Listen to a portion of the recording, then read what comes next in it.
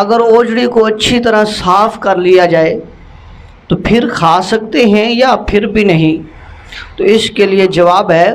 کہ اوجڑی کو اچھی طرح صاف کر کے بھی نہیں کھا سکتے، کیونکہ اوجڑی کے اندر غلاظت، گندگی یعنی کہ بھری ہوتی ہے، تو وہ غلاظت ایک دن نہیں بلکہ کئی عرصے تک جو ہے اس اوجڑی میں موجود رہتی ہے، اس لیے اس کا کھانا مکروہ تحریمی ہے۔ فتاوی رضویہ جلد نمبر 20 میں اعلیٰ حضرت شاہ امام احمد رضا خان رحمۃ اللہ علیہ نے اس کو مکروہ تحریمی فرمایا ہے، مگر مسلمانوں کی ایک بڑی جماعت جو ہے، بڑی تعداد جو ہے آج کل اس کو شوق سے